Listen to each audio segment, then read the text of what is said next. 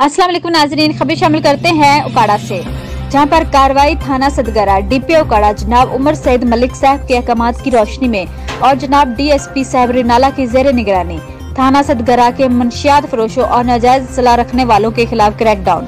मुजरम इश्तियारी मोहम्मद इरफान उर्फ फानी वल्द अब्दुल हमीद कौम बलोच साकन चक नंबर 15 से नाजायज असला समेत रंगे हाथों गिरफ्तार, जिस पर मुकदमा नंबर 199/20 बजुर्म AO2A 13-20-65 दर्ज।